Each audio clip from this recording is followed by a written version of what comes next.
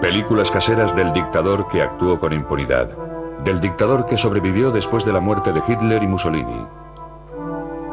En su ancianidad parecía un abuelo cariñoso, protector de los suyos. Esta es la historia, sin embargo, del hombre que se convirtió en el general más joven de Europa desde Napoleón, que alcanzó el poder en un golpe de Estado concebido por su hermano, que ocultó al mundo sus acuerdos con Hitler, que creía haber sido designado por Dios para llevar a cabo una cruzada que salvara a España, y que firmó condenas de muerte mientras se tomaba una taza de café. Esta es la historia del general Franco.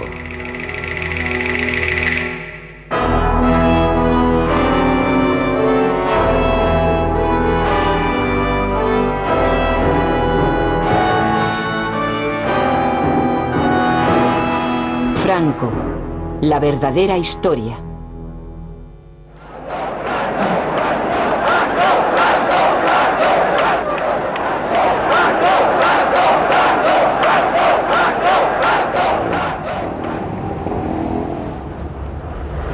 Actualmente, en la Nueva España, Franco ha sido borrado totalmente de la memoria, suprimido en un voluntario acto de amnesia colectiva. Da la sensación de que su historia es demasiado bochornosa, demasiado dolorosa para recordar, como un libro que nadie se atreve a leer. Como consecuencia de ello, se ha tejido alrededor de su memoria un entramado de leyendas que empieza ahora a clarificarse, permitiendo que emerja el verdadero Franco.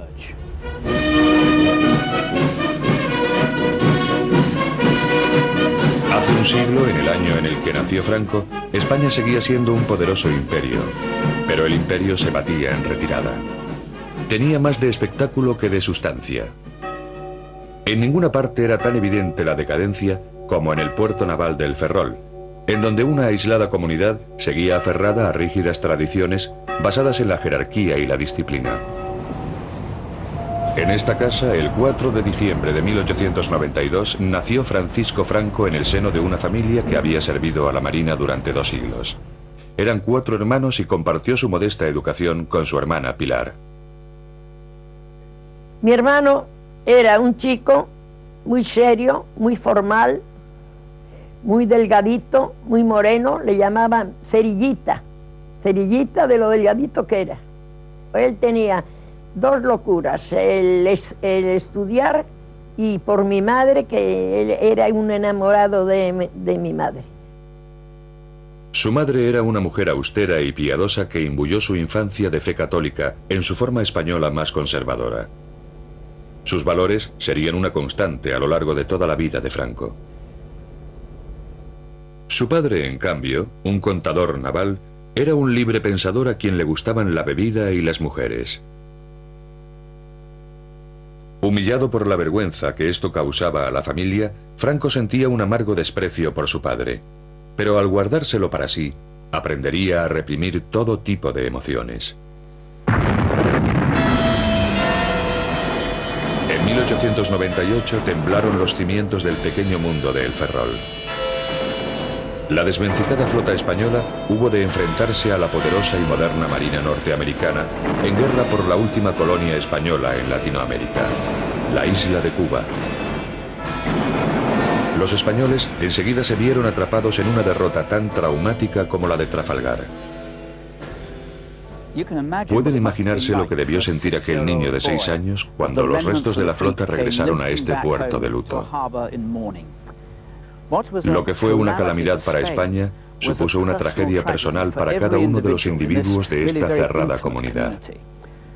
En los colegios, los alumnos llevaban brazaletes negros y Franco y sus compañeros eran instruidos con frases como «El deber es más hermoso cuanto mayor sea el sacrificio que exige».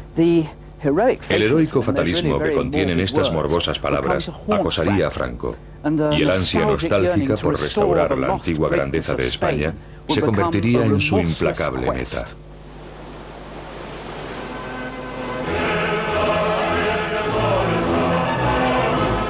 A los 14 años, Franco dejó su hogar por la ciudad de Toledo, en donde había sido encontrada una plaza para él en la Academia Militar de El Alcázar.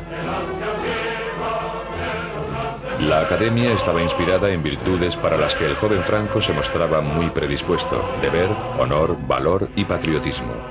Como muestra de ello, poseía hasta su propio himno heroico.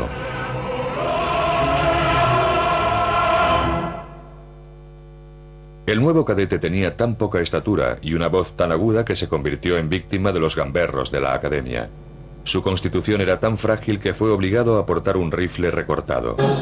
Humillaciones que soportó con estoica resolución. Franco era diligente, pero no mostraba ninguna cualidad que sugiriera que sería un líder en el futuro. No es de sorprender que al terminar sus estudios, Franco consiguiera el mediocre puesto número 251 entre 312 cadetes. Era el año 1910. Los resultados conseguidos por Franco en la academia significaron que tendría pocas perspectivas en un ejército ya saturado de oficiales. La única forma que tenía de ascender era abandonar España y dirigirse a África, el último puesto de su amado imperio.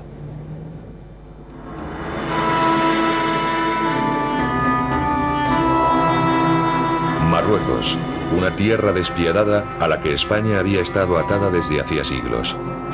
Sin embargo, en aquel remanente del antiguo imperio sería donde se formaría el joven Franco. Sin África, diría más tarde, no podría explicar lo que soy. España estaba allí comprometida en una incansable campaña contra las tribus rebeldes del Rif marroquí, que luchaban por recuperar sus tierras del poder colonial. En aquella lucha sin cuartel, Franco haría alarde de cualidades que hasta entonces habían pasado desapercibidas. No solo era tenaz, sino que parecía no temerle a nada. Mantenía férreamente la disciplina bajo el fuego enemigo. Ello, además de las bajas de muchos de sus camaradas, lo condujo a un rápido ascenso. El índice de bajas era tan alto que a los heridos se les dejaba morir por rutina en el lugar en el que habían caído. Al sobrevivir a tales peligros, Franco empezó a parecer intocable. Pero no lo era. El inevitable telegrama a casa informó de que había sido gravemente herido en el estómago. Mucho tiempo después, él mismo narró a su hija Carmencita cómo había escapado de la muerte. Él estaba tendido en la camilla y veía que iban recogiendo a los demás heridos y los iban depositando en unas camionetas y se los llevaban. Y que a él no lo llevaban. Entonces eso le chocó y llamó al médico que pasaba por allí y le dice el médico: no, a ti, Franquito, te dejamos, no podemos llevarte porque tienes una herida de vientre y nada, es inútil. Y entonces mi padre tenía un asistente marroquí y le dice: dame tu mosquetón, y le dio su arma. Entonces la cargó y apuntó al médico y le dijo: en el próximo camión yo salgo, si no tú también tendrás un tiro. Entonces el otro: no te pongas así, y que entonces lo evacuó. Su contacto con la muerte dio origen a una leyenda. Franco contaba con la protección divina. Él mismo empezó a creérselo, mientras los rudos soldados que estaban bajo sus órdenes lo contemplaban admirados. Es el primero que sale en avanzadilla. Lo he visto caminar delante de todos los demás mientras ellos apenas podían levantar la cabeza de la cantidad de balas que caían a su alrededor. Mira simplemente a un tipo con unos ojos muy serios. Dice: ejecutadlo, y se da la vuelta sin más. Está muy aislado. No es amigo de los demás oficiales, que se van de juerga y se emborrachan. Él se queda solo en su tienda. Después de estar 14 años de servicio, el mediocre teniente había ascendido con tanta rapidez que cuando abandonó Marruecos de regreso a la península en 1926, se había convertido en el general más joven de Europa desde Napoleón. De vuelta en Madrid, el general de 33 años estaba muy solicitado. Era una celebridad y tuvo hasta la osadía de interpretarse a sí mismo en un largometraje.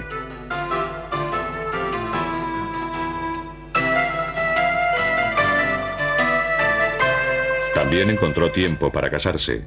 Su esposa, Carmen Polo, era de buena cuna y estaba bien relacionada. Los ojos de Franco descubrieron un mundo muy diferente de los de El Ferrol y África, pero la vida de la clase alta nunca le entusiasmó. Como primer director de la nueva Academia Militar de Zaragoza, Franco recuperó los antiguos valores del viejo imperio, el único mundo que él había conocido realmente. Aferrado a aquel pasado, compartió con los cadetes su propia y austera visión, el sacrificio por la patria negándose a uno mismo. Pero lejos de aquel entorno militar, la gente se burlaba abiertamente de las virtudes que Franco tanto amaba. Por toda España el viejo orden se estaba viniendo abajo con tal celeridad que en 1931 la monarquía había sido derrocada, estableciéndose una república en su lugar. Se encontraba en el poder un gobierno elegido por el pueblo. Hubo grandes celebraciones, aunque no en casa de Franco, como recuerda su sobrina. La venida de la República para Franco fue un desastre, porque estaba todo en contra de su manera de ser y de su manera de pensar y del concepto de España. Él no creía en los partidos, él no creía en la democracia, él no creía en el voto. Tenía en cuenta lo que iba a suponer la República para el desarrollo de su carrera. Y entonces esto a él le daba miedo. Entonces en las conversaciones que yo asistía en casa, él decía que a dónde íbamos a llegar por ese camino.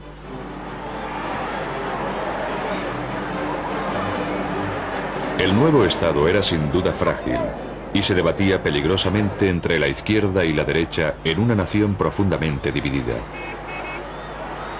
En 1934, la tensión explotó cuando los mineros de Asturias se levantaron contra el gobierno. Al haber una coalición conservadora en el poder, se le encomendó a Franco aplastar la revolución, una labor que llevó a cabo con escrupulosa dureza. 2000 mineros resultaron muertos o heridos. Más tarde, Franco sería apodado por los izquierdistas el carnicero de Asturias. Franco culpó del levantamiento a la nueva democracia española, no a las condiciones de extrema dureza que debían soportar los mineros. En 1936, el péndulo político había vuelto a balancear. Una coalición de izquierdas se encontraba al frente de la administración. Temiendo un golpe de Estado de la derecha, el nuevo gobierno alejó a los generales que más temía de los centros de poder.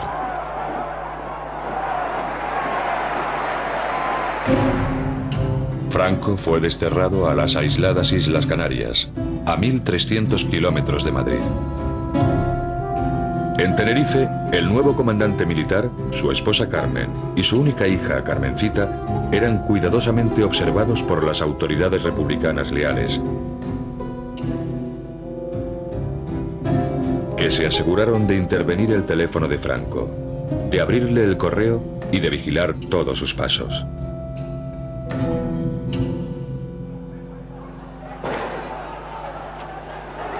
En la península, el creciente malestar social dio paso a la violencia política. El gobierno sufrió fuertes presiones mientras la espiral de provocación y represalias se transformaba en un estallido de odio generalizado. En julio de 1936, los generales disidentes decidieron que había llegado por fin el momento de dar un golpe de Estado y derrocar al gobierno. Dice la leyenda que desde su exilio en Canarias, Franco fue la mano oculta tras el alzamiento militar que pronto conduciría a España a una guerra civil. Pero lo cierto es que él era demasiado calculador para iniciar una aventura tan arriesgada y, por lo tanto, se mantuvo a cuidadosa distancia de aquellos colegas suyos que estaban ciertamente tramando el derrocamiento de la República. Franco solo se unió a los rebeldes en el último momento y porque fue forzado a ello por circunstancias totalmente imprevistas. La planificación del golpe de Estado estaba en manos del general Mola. Ya que Franco se había comportado como un héroe en Marruecos, Mola le pidió que encabezara el alzamiento allí.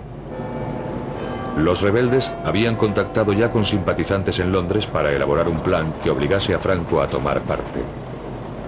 Desde el aeropuerto de Croydon se fletó un avión para garantizar que si Franco se echaba atrás, pudiera ser trasladado en avión desde Canarias a Marruecos al estallar el alzamiento. Al piloto, el capitán Cecil Bebb, no se le dijo nada sobre su verdadera misión. Me preguntaron si quería viajar a las Islas Canarias para recoger a un líder del RIF y comenzar una revolución en Marruecos. Pensé, qué aventura. En aquel entonces yo tenía una relación muy interesante con una de las chicas del Desert Song, donde se encontraban los líderes del RIF. De manera que pensé, qué coincidencia, voy a ayudar a un líder del RIF a comenzar una revolución.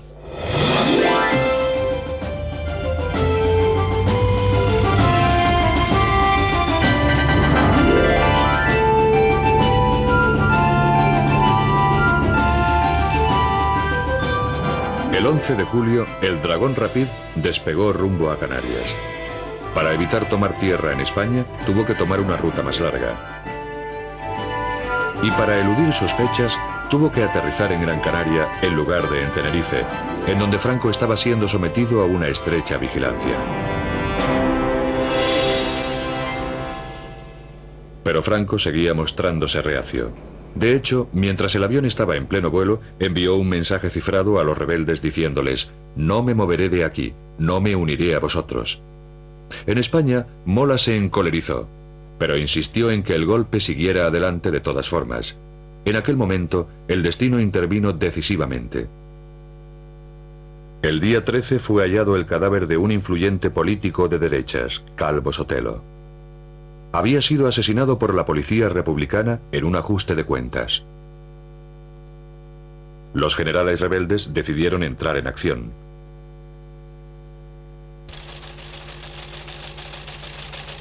Mola se comunicó por cable cifrado con sus compañeros de conspiración diciéndoles que el alzamiento tendría lugar el 18 de julio. Ahora que nada podía detener el golpe, Franco tuvo que elegir. Sopesó cuidadosamente las ventajas y, al comprender que nadie estaba a salvo, se declaró finalmente a favor de los rebeldes. Su problema, cuando solo faltaban 48 horas para el día decisivo, era llegar al Dragón Rapid que le habían dicho que lo aguardaba en Gran Canaria. A Franco le estaba prohibido salir de Tenerife sin permiso de Madrid. Necesitaba urgentemente un pretexto y una coincidencia fatal se lo suministró de repente. El día de mi santo nos fuimos a Las Palmas porque mi padre tenía que presidir el entierro de un general que se había matado manipulando una pequeña arma. La muerte de un general, una excusa perfecta para viajar a Gran Canaria. A primera hora de la mañana, después del funeral, Franco se encontraba en una habitación de este hotel cuando recibió un telegrama. El mensaje, el alzamiento de Marruecos, se había adelantado un día. Después de hacer los preparativos para que su esposa y su hija salieran en barco hacia Francia, Franco salió disimuladamente del hotel y se encaminó hacia el avión. Pero la noticia del alzamiento se extendió con rapidez. Franco era un hombre buscado. Se bloquearon las carreteras para detenerlo. Tras escapar de sus garras, se escabulló a bordo de este transbordador y alcanzó su destino por mar. A eso de las 3 de la tarde, en voz oí pronunciar la frase: «Aquí viene».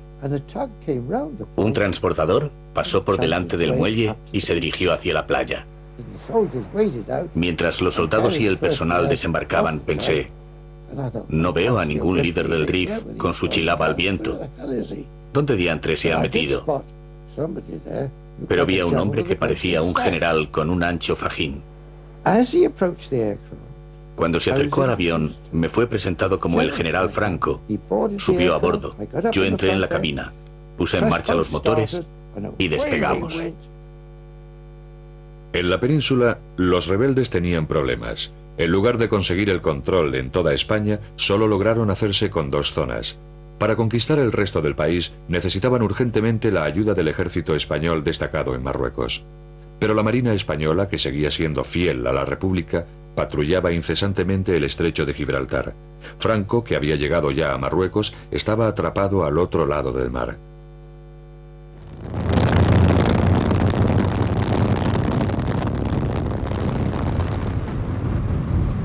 Sin embargo, el ejército de Marruecos emprendería muy pronto el viaje a la península. Al llegar a Marruecos, Franco pidió ayuda por cable a los dos únicos líderes extranjeros con probabilidades de responder, Hitler y Mussolini. Ambos accedieron a suministrarle los aviones que necesitaba para organizar el primer traslado de tropas por avión de la historia, salvando así tan chapucero golpe.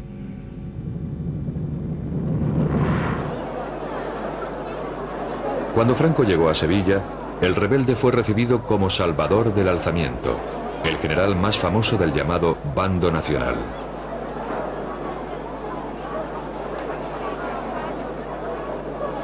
Antes de emprender su ofensiva, decidió enviar un mensaje al mundo exterior que expresaba el futuro incierto que impondría en toda España.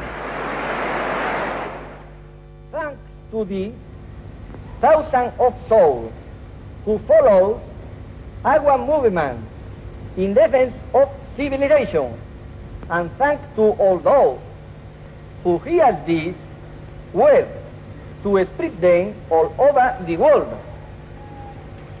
Country, religion, family, this is our aim and strength. ¡Viva España! Patria, religión y familia.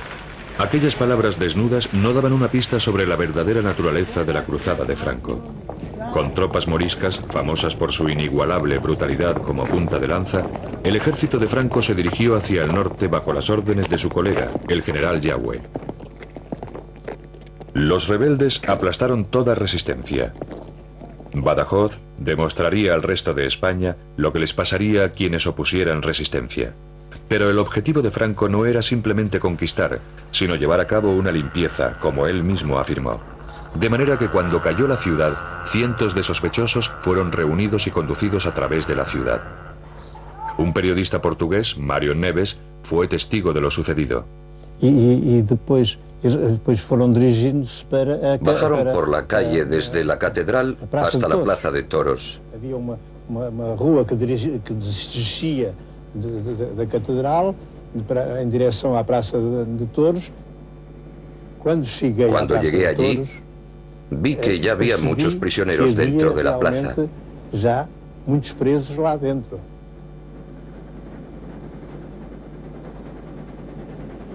Iam buscá-los. La mayoría de los prisioneros estaban encerrados en los toriles en donde solían estar los toros. Los sacaron y los condujeron al centro de la plaza, en donde los fusilaron. Los mataban en pequeños grupos. Cargaban sus cadáveres en camiones y carretas y los llevaban al cementerio, en donde los apilaban en filas.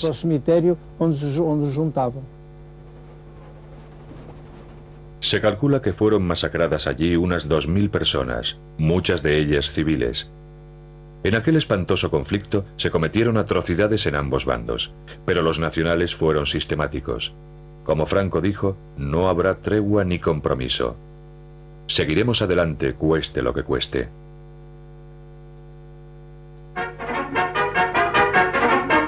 The advance of General Franco's columns is pushed on remorselessly. White troops and Moors, well armed and trained in modern methods of warfare, supported by powerful artillery, overcome the resistance of government. Madrid era su destino, pero Franco desvió de repente a sus tropas hacia una ciudad sin ninguna importancia estratégica, pero con un gran significado simbólico. Aquí, en el Alcázar de Toledo, grupos de familias nacionales estaban atrapadas en las bodegas de la antigua Academia de Franco, soportando terribles privaciones. Bajo el asedio de la milicia republicana, su rescate era una cuestión de honor, y para Franco, una ocasión inmejorable para aumentar su prestigio, aprovechando un drama que había cautivado la atención de la opinión pública.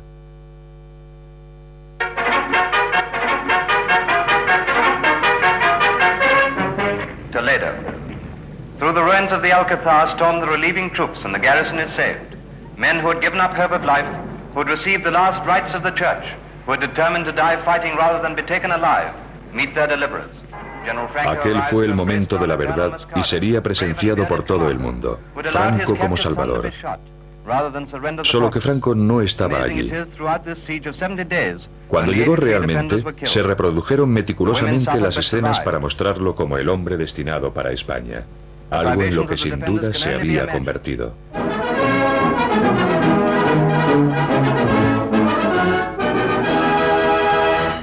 Con el paso de los días llegaron más noticias.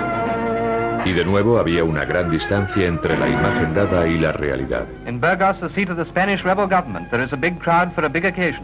The General Franco has arrived on very special business. And amid the plaudits of the multitude, they go inside to the old palace, where he addresses the leaders of the rebellion assembled to hear him.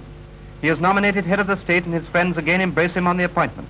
Lo que los dignatarios allí reunidos no podían saber era que la impresión ofrecida por Franco de haber sido investido como la autoridad suprema era, por decir poco, equívoca.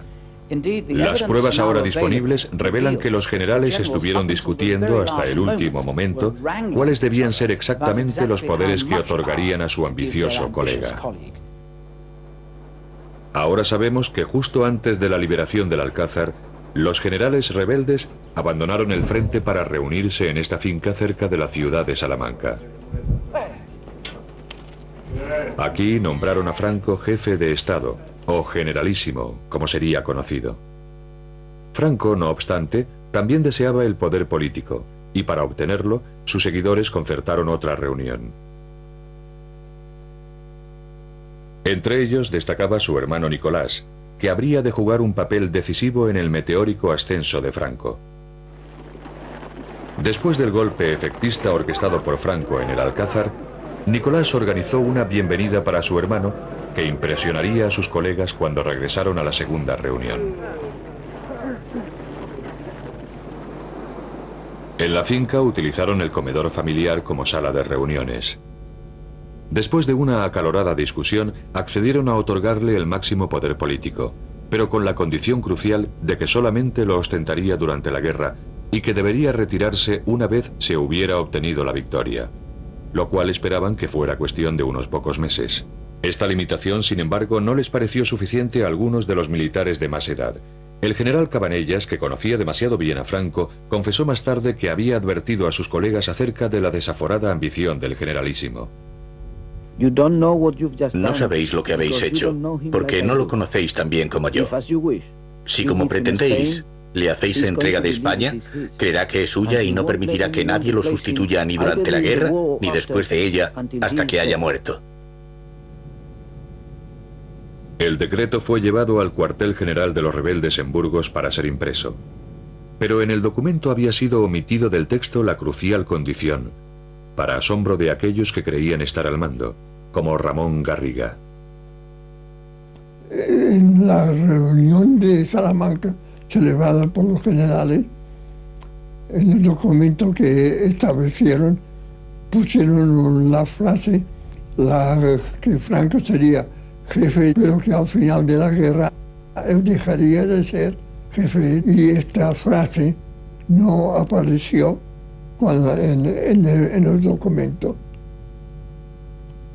Ahora, el misterio que existe todavía es quién sacó la frase del documento. Ahí está Nicolás Franco. Las pruebas que apuntaban contra Nicolás han sido reforzadas por su propio hijo, quien nos aseguró que su padre había manipulado el documento final. El golpe de Estado había sido llevado a cabo con habilidad. No había ningún rival lo bastante fuerte como para desafiar los hechos consumados sin perjudicarlos a todos, y los generales eran reclamados urgentemente en el frente. Esta es la verdad acerca de la leyenda según la cual Franco aceptó el poder absoluto solo para complacer a sus colegas.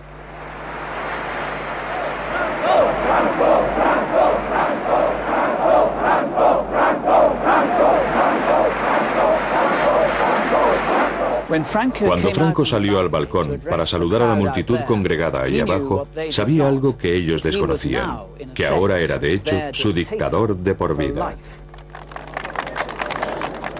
A partir de entonces, Franco dejaría de ser un simple mortal.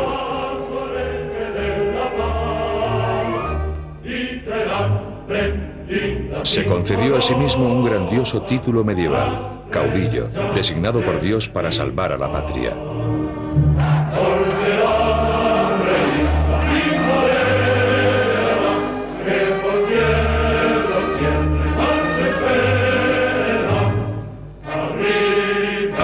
proclamar que la suya era una cruzada santa, comprometió a los jefes de la Iglesia Católica con su causa.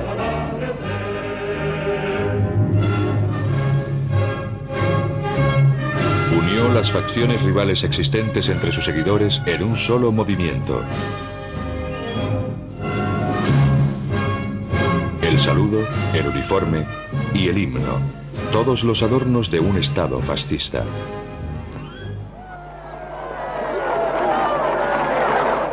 El caudillo se rodeó entonces de todo el boato del poder, incluyendo una guardia de honor formada por tropas moras. Pero aún así, todavía no gobernaba España. Constitucionalmente era un traidor contra la República que aún ofrecía una fiera resistencia. A pesar de las apariencias, la situación de Franco no era tan sólida como parecía. Para ganar la guerra necesitaba más armas, más hombres, y de nuevo se volvió hacia Hitler y Mussolini, asegurándoles que esta también era su cruzada.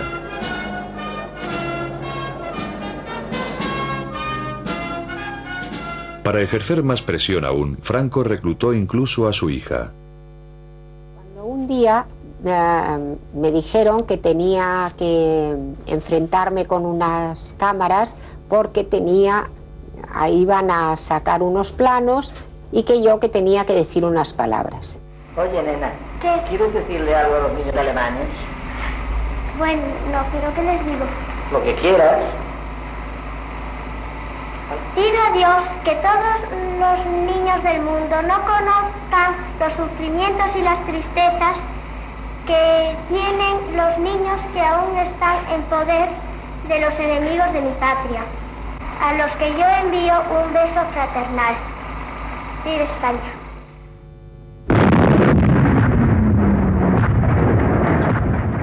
En su cruzada por limpiar profundamente España, el generalísimo decidió aniquilar al enemigo no rápidamente, sino por agotamiento.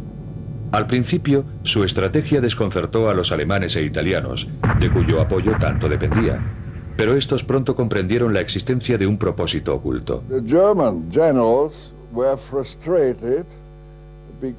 Los generales alemanes se sentían frustrados porque, desde su punto de vista, Franco avanzaba con demasiada lentitud y demasiada precaución, sin correr ningún riesgo, y sospecharon que lo hacía para consolidar su propia situación política. Opinaban que se habría podido ganar la guerra fácilmente un año antes si hubiera puesto en práctica normas estratégicas corrientes. Al prolongar la guerra para garantizar la sumisión absoluta de toda España, Franco hizo que su nación pagara un alto precio. Tras 33 meses de incesante conflicto, el país estaba arrasado. Las bajas se contaban por cientos de miles. Gran número de personas habían perdido su hogar y desfallecían de hambre. Miles huyeron al exilio. Una nación dividida había sido rota en pedazos. En la primavera de 1939, el tímido muchacho que apenas podía sostener un rifle tenía un pueblo a sus pies. Ahora por fin uniría a España en el temor de Dios y devolvería su antiguo esplendor al imperio en decadencia.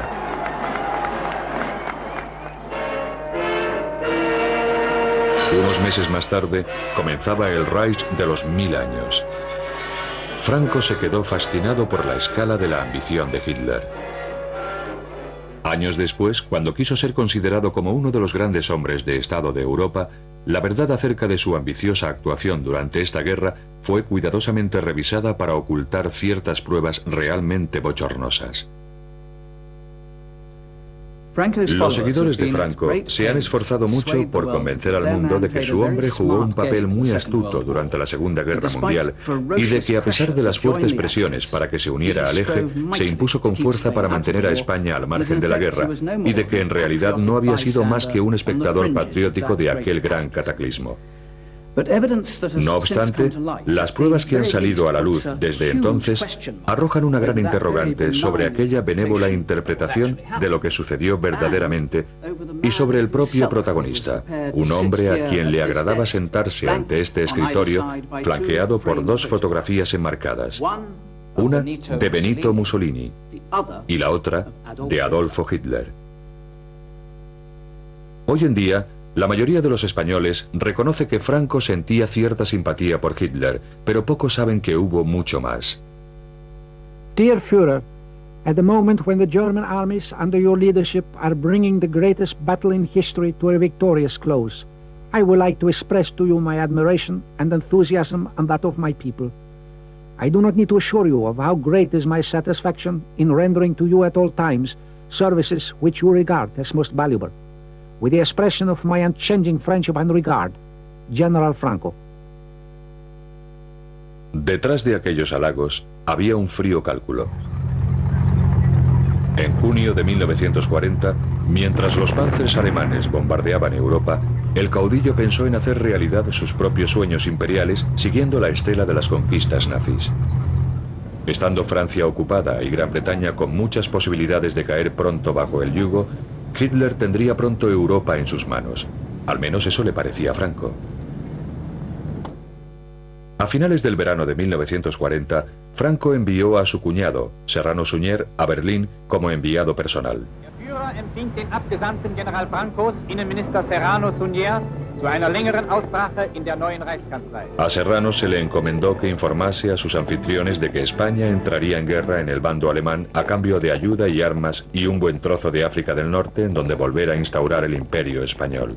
A los alemanes no les impresionó la oferta, como descubrió el enviado de Franco en un humillante encuentro con el ministro de Asuntos Exteriores nazi.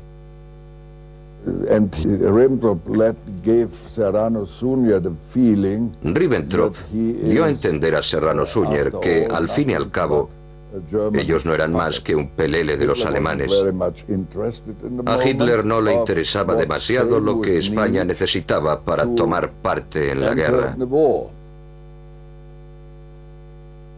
Franco había sobrevalorado sus cartas, pero no se rindió y conminó a su cuñado para que perseverara, diciéndole que aquel desprecio era obra de los subordinados de Hitler y no del propio Führer. Serrano pronunció entonces un discurso grabado por los alemanes, pero suprimido más adelante por los españoles. Este documento ha sido descubierto recientemente. España falangista de Franco trae al Führer del pueblo alemán su cariño y su amistad y su lealtad de ayer, de hoy y de siempre. Unas semanas después, Hitler cruzaba Francia. Su destino final, la frontera española para conocer personalmente al caudillo. El rumbo de la guerra había dado un giro. Si lograba asegurar un pacto con Franco, España podría ser útil al eje a la hora de someter a Gran Bretaña.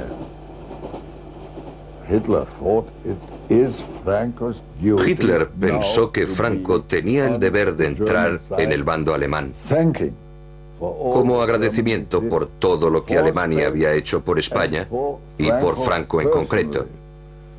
Actualmente en España se piensa que Franco acudió a la cita con Hitler totalmente decidido a pedir lo imposible para de esa forma mantener a España al margen de la guerra.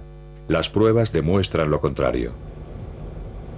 Acompañado por su cuñado, Franco partió de San Sebastián hacia su fatal encuentro en Hendaya, a solo 25 kilómetros de la frontera francesa.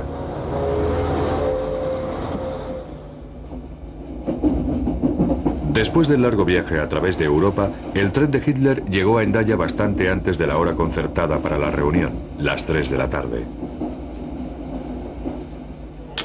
El tren de Franco se retrasó, pero no fue, como afirman sus seguidores, un plan pensado para debilitar a Hitler. Todo lo contrario.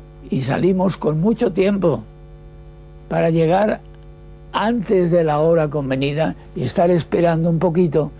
Y Franco tenía, es comprensible, el prurito de decir, en punto. El servicio ferroviario español era malísimo, estaba destrozado después de la guerra interna. Y llegamos a Hendaya con 5 minutos de retraso. Franco iba nervioso y los 5 minutos de retraso le produjeron un gran disgusto.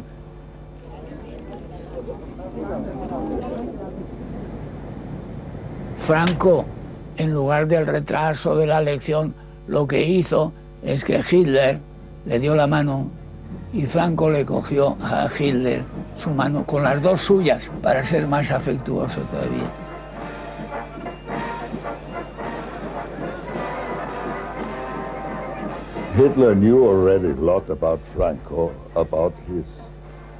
Hitler sabía entonces mucho sobre Franco, sobre sus métodos, sus tácticas. Él, que era un hombre astuto, con la malicia propia de un campesino, conseguiría durante la conversación en Hendaya persuadir a Franco de que entrara como aliado en el bando alemán. Los dos líderes se reunieron en el vagón de Hitler. Solo se conservan fragmentos de los documentos oficiales en los que se registró la conversación, pero el único superviviente de la reunión insiste en que Franco estaba decidido a conducir a España hacia los estragos de la Segunda Guerra Mundial siempre que se le asegurara a cambio su preciado imperio. Hitler, que era quien era, dice, después de tantas palabras bonitas, dice, ahora vamos a lo nuestro, a nuestros asuntos. Y hizo Hitler un discurso triunfalista, que la guerra está ganada, que es cosa de muy poco tiempo. Entonces ya Franco empieza a decirle, pues muy bien, perfectamente, ahora yo entraré en la guerra con usted, si usted me concede para España todo esto, Marruecos francés, Oranjado y territorios hasta Inia. Y mientras Franco se está cansando hora y media explicándole lo de los protectorados, Hitler sabe lo que hacía, bostezaba. Bostezaba. El final es que estaban los dos indignados. Franco porque no le da lo que creía que le iba a dar seguro. Pues Franco, que pensaba venir aquí diciendo, os traigo un imperio, pues no traía nada. Después de una agotadora sesión, la reunión se levantó. Incapaz de pagar el precio exigido por Franco sin poner en peligro otras prioridades, Hitler regresó a Berlín. Hitler was furious. And he said he would prefer Hitler estaba furioso y dijo que preferiría que le arrancaran 4 dientes a mantener otra conversación parecida con Franco.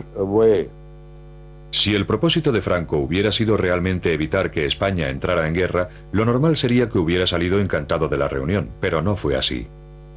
Y en cambio Franco, nos metemos ya en nuestro tren y estaba indignado, viendo estos tíos, son repugnantes, lo quieren todo y no dan nada, esto es intolerable y tal.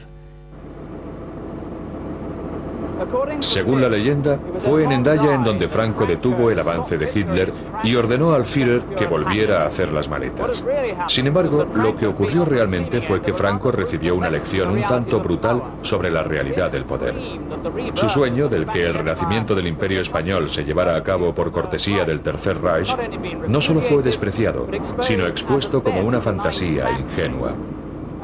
En cuanto al exhausto Hitler, al día siguiente estampó su firma en un documento secreto por el que comprometía a España en el tratado entre nazis y fascistas, que él pensaba que lo conduciría pronto a la victoria sobre Gran Bretaña.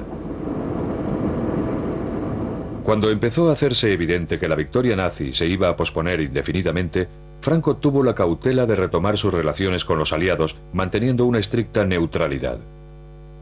No obstante, en 1941 fue enviado el primer contingente de 47.000 hombres para combatir junto al ejército alemán en el frente ruso, en donde, según palabras del propio Franco, la sangre de nuestra juventud se mezclará con la del eje.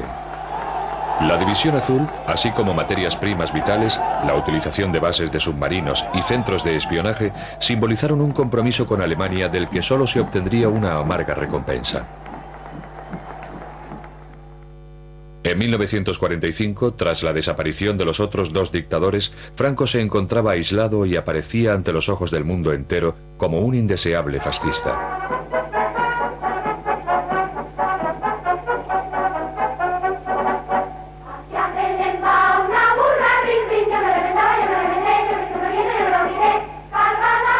Cuanto más se aislaba España del resto de Europa, más se encerraba el caudillo en su nostalgia, presidiendo como un antiguo monarca católico las teatrales manifestaciones de homenaje público.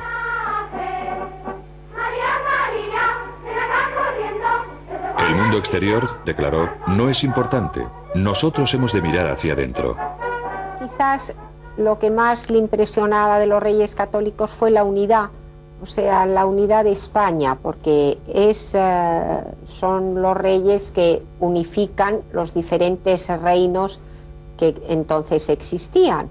Fue la época de más grandeza de España. Pero tras la máscara de unidad, la autoridad absoluta de Franco tenía otro aspecto. Hoy en día, solo permanece el rastro de un episodio que ha sido desde entonces eliminado de la memoria oficial.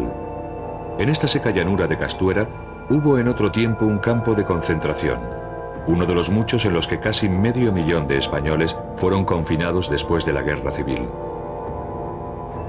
José Hernández estuvo allí recluido. Su delito, haber luchado en el bando republicano contra Franco. Había 70 barracones, así, con dirección así. Con las calles correspondientes. Entonces, pues, esto era una fosa para que no saltáramos, para acá. Y ahí estaba la verdad. Entonces, yo era cuadrado. Cada esquina había una ametralladora al campo. Éramos 12.000 y pico de personas en un cuartel. Ya le digo que el trato fue criminal. Dormí en el suelo pelado. Comida, nada. Agua menos. No, de día no funcionaba nadie. Pero de noche los cogían en fila india, a la boca mina, los empujaban y según va cayendo el peso abajo, ya tiraban de los otros. Y si alguno quedaba con vida, pues siempre se quedan con vida, entonces no mueren. Una bomba de mano. Nos dormíamos en el suelo, pues sentíamos la explosión. Esta noche ha visto salida.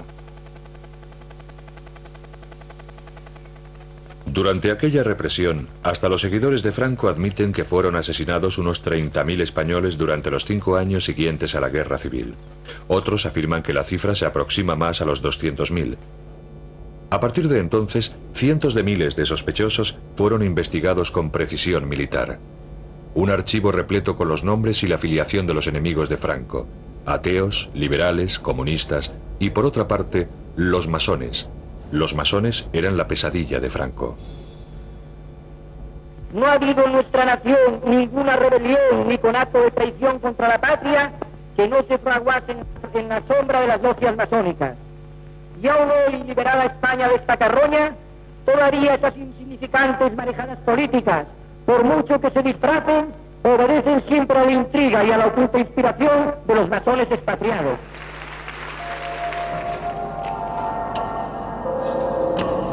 El odio que Franco sentía por la masonería era tan obsesivo que llegó incluso a construir su propia logia masónica como recuerdo permanente de aquel particular descenso al infierno.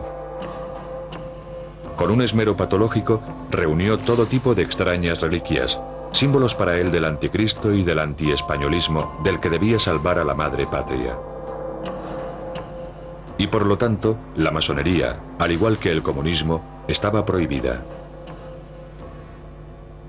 Franco presidía un sistema judicial en el que la pena máxima por un acto de subversión era la muerte. Ni a pesar de las advertencias de sus colaboradores, temía tomar él mismo la decisión final. Franco no era un sanguinario, no es que le gustara la sangre, pero él actuaba como con leyes de guerra, consideraba enemigos a los que no pensaban como él. En su mente estaba que el bien de España era él, y era lo que él disponía. Las sentencias de muerte, había un jefe jurídico de su gabinete que con todos los juicios militares, porque se hacían los juicios militares, le llevaba los casos con una explicación de cada caso. Y entonces él las solía firmar tomando café, después de comer. Iba este señor, llevaba los papeles y allí se firmaba, este sí y este no. Esto es muy duro, pero es que es así. Franco decretó que se construyera un monumento en honor de aquellos, y solamente aquellos que habían entregado su vida durante la guerra civil en defensa de los ideales que él representaba.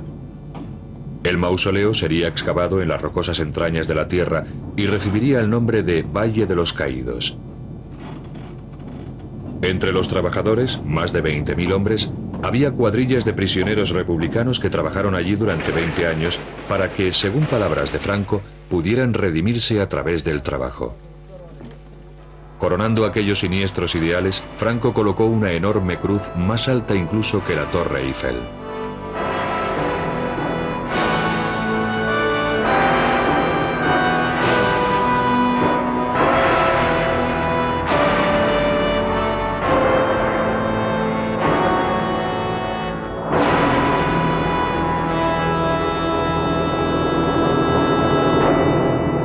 Sin embargo, aquellos ideales no podían sobrevivir sobre la base de una economía que hacía aguas. Franco necesitaba urgentemente ayuda del mundo exterior, que había rechazado repetidamente sus propuestas.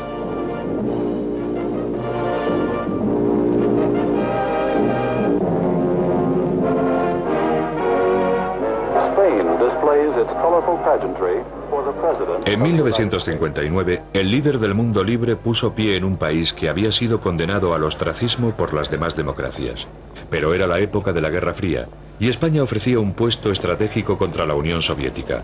Además, el enemigo de mi enemigo es mi amigo, aunque este se llamara Franco. Generalissimo, ladies and gentlemen, let me assure you of my satisfaction that at long last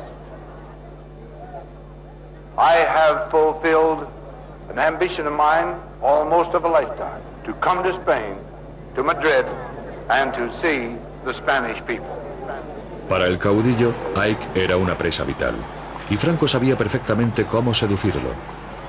El intérprete del presidente en aquella visita lo recuerda con claridad. Esta enorme avenida de varios kilómetros de largo estaba repleta de gente empujando hacia el centro de la calle. Fue una impresión extraordinaria. Estaba empezando a oscurecer y la gente gritaba. Franco había organizado una bienvenida que diera al presidente la impresión de que aquella tierra feliz debía ser ahora acogida con los brazos abiertos por las naciones civilizadas. Eisenhower estaba asombrado por las gigantescas dimensiones de aquella multitud que empequeñecía cualquier cosa que hubiéramos visto antes. Lo miré y vi que reaccionaba muy positivamente ante aquel público tremendamente entusiasta. Los vítores eran realmente atronadores. El general Eisenhower me preguntó, ¿qué están diciendo? Y le contesté, dicen Ike, que es como se pronuncia en español su apodo.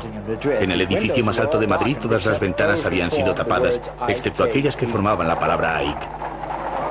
La operación Ike fue la culminación de un largo proceso de regateo entre ambas naciones, pues cada una quería lo que tenía la otra. Bases de los Estados Unidos sobre suelo español a cambio de dólares norteamericanos. El general Franco le dijo que había podido comprobar la gran acogida del pueblo español y lo que sentía por él. Él respondió que tenían intereses comunes, tenían problemas comunes y un adversario común, la Unión Soviética. Si Ike estaba contento, también lo estaba Franco. Gracias a Norteamérica, España se uniría al Club de las Naciones Occidentales.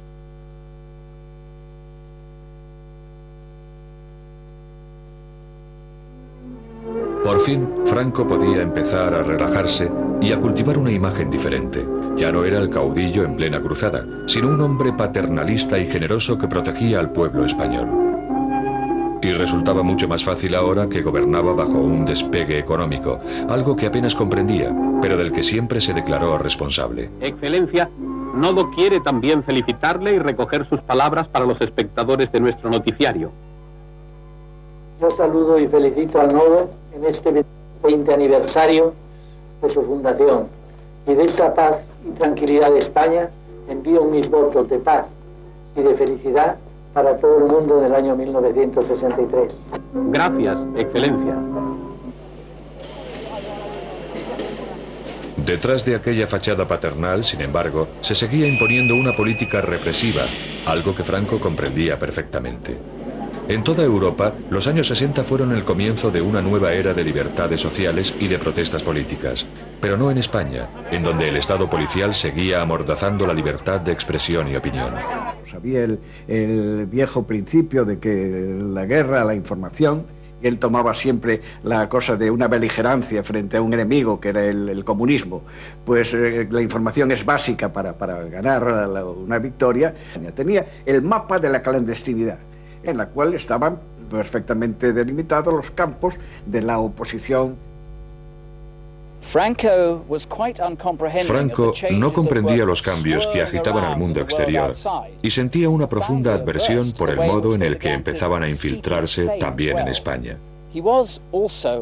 Era un anciano que se refugiaba cada vez más en la seguridad nostálgica de la finca privada que se había construido en El Pardo. Para el resto de los españoles, se fue convirtiendo poco a poco en un fantasma de sí mismo que planeaba perpetuamente sobre su destino, incapaz de ceder y que se negaba a marcharse. Dentro de El Pardo, Franco pasaba largas horas viendo películas en donde revivía las historias épicas del glorioso pasado español. Y con sus películas domésticas se recreaba en las ilusiones del presente acompañadas de su propia banda sonora.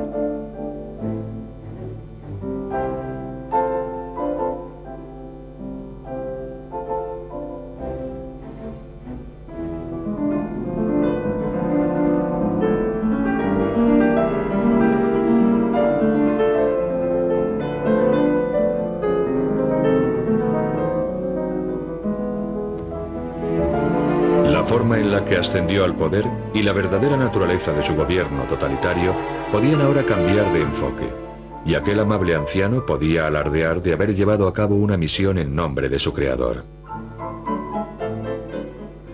Franco se creía un enviado de Dios, y yo creo que nunca dudó de que él era un hombre enviado por Dios para salvar a España. Por eso creo que moriría en paz, seguro, porque él estaba muy seguro de esa misión. Y eso sí me lo dijo el mismo Franco a mí, que él se creía un enviado de Dios para ser padre de los españoles, y él me decía esta frase: padre, miren, me extraña mucho que algunos españoles estén contra mí, porque yo me considero padre de todos los españoles.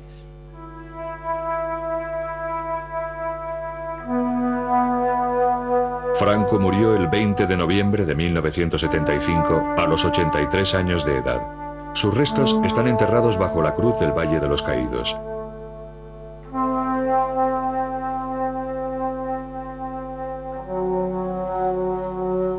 La huella de este hombre ha quedado grabada de forma indeleble en la historia de España.